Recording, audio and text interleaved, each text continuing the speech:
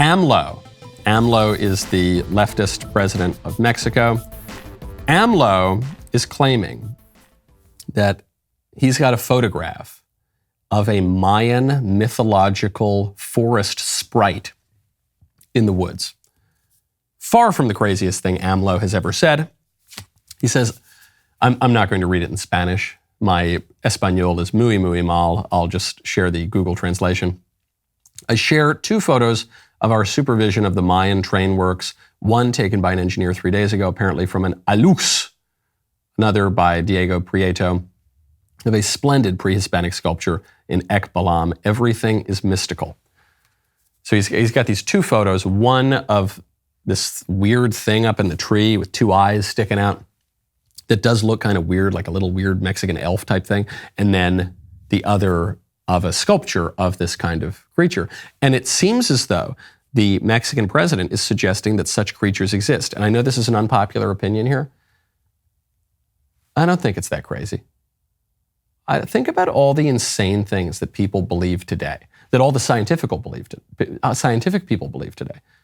They believe that the world is going to end because of the sun monster in 10 years. They believe that men can be women. They believe in aliens. They believe in all sorts of insane things that aren't true. But they don't believe in spiritual beings. Spiritual beings, which we know are true. We know that they're true. I know sometimes people on the show, they start to lose it a little bit when I mention that angels and demons exist. But of course angels and demons exist because we know that spirit exists. And the way we know that spirit exists is that we are in part spiritual beings. And we, even if you don't admit that you believe in the spiritual realm, you act as though you do. You act as though matters of the spirit, joy, love, good, evil, immaterial things, intangible things in the world, you act as though they exist from the moment you wake up to the moment you put your head on your pillow at night. So why is it so crazy to believe that there's some weird, mystical, spiritual being hanging out in a tree in Mexico? It is much more plausible that whatever was photographed in that picture is an alux, or whatever AMLO calls it, than that it is a alien or a transgender person or climate change, the existence of all of which is far more dubious. On to even less plausible claims. Joe Biden just wrapped up Black History Month. We've just concluded the first major month in the liberal liturgical year. That would be Black Month. Now we're moving into Woman Month. Very soon we will be into the first Gay Month. There is a second Gay Month that takes place later in October. But now we're in the first one of the religious calendar of liberalism. And Joe Biden concludes it by claiming that he was a figure in the civil rights movement. I know most of those songs for a simple reason. As my buddy from Delaware can tell you, when you're involved in the civil rights movement as a kid in high school, I used to go down to the black church. I go to 7:30 Mass. I'm a practicing Catholic. Then I go to 10 o'clock. And then we sit and plan what we're going to do in terms of desegregation. You think I'm joking? I'm not. You think I'm joking? I'm not. The thing is, though, he is not joking. He's just lying. And Joe Biden had made these claims before that he was involved in the civil rights movement and that he actually grew up in a black church. Yeah, he's a Catholic, but he would go to that black church after Mass, which is not true and also not permitted by the Catholic Church.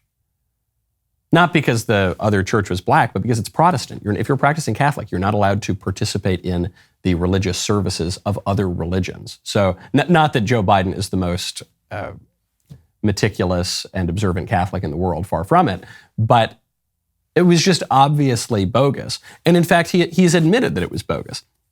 When reporters questioned in 1987 Biden's claim that he marched in the civil rights movement, he acknowledged that he, quote, wasn't an activist.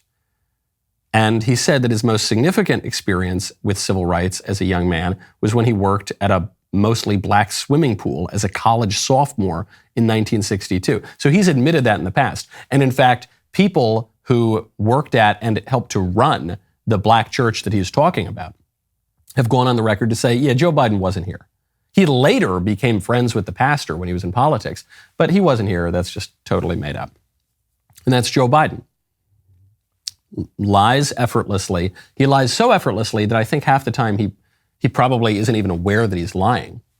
Something you'll notice. I've known a couple of pathological liars in my life. Maybe you have too. People who, I'm not saying people who tell a white lie every now and again.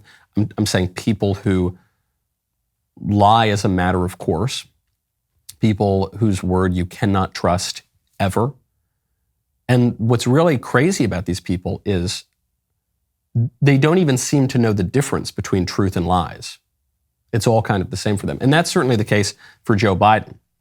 What it does tell you, though, is that the civil rights era is the central myth in America today.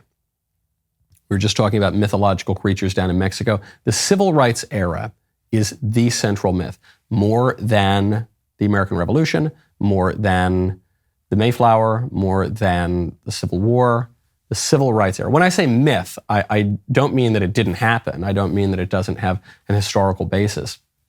I just mean this story that we tell ourselves about our country that animates the way that we live today.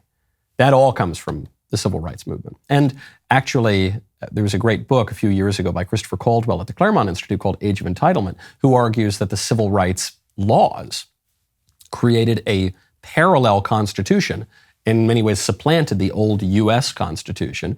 And when you see the way that our law works today, that seems to be a pretty persuasive thesis. So why is Biden lying about this stuff? He knows that that is a central story for the U.S. Now, he looks ridiculous doing that. And Democrats broadly look ridiculous. They are really, really troubled right now. The New York Times has acknowledged that John Fetterman is having a lot of problems. Pennsylvania Democrat senator who had a stroke right around the time of the Democrat primary. He continued to run in the general election as a stroke victim who was barely able to speak, who had all sorts of physical problems, who didn't show up on the campaign trail all that much, but still showed up when he was needed. He ended up winning the election. And then just a couple of weeks ago, he checked himself into a hospital in D.C. for clinical depression. And he has plenty of reason to be depressed. He's got a very tough life right now, and the people around him are not allowing him to rest and recover and recuperate. They're actually just using him to continue to advance the Democrat agenda, even if it's not good for him personally. They won't let the poor guy go home. Well, it's kind of weird that we've had a U.S. senator in the hospital for 2 weeks now. We haven't heard any update at all. Not one. And the New York Times is saying this might be because there are some permanent brain problems here. New York Times, quote, he has not, and this is coming from an aide to Senator Fetterman, quote, he has had to come to terms with the fact that he may have set himself back permanently by not taking the recommended amount of rest during the campaign. And he continues to push himself in ways that people close to him worry are detrimental. So now you might have permanent problems with a U.S. senator in the hospital for 2 weeks, not a mention of it. And they're hiding from the reporters here because they know that no matter what the real story is, it does not reflect very well on them. The rest of the show continues now. You do not want to miss it. Become a member and use code Knowles, Knowles, at checkout for 2 months free on all annual plans, dailywire.com/Knowles. We will see you at the member block.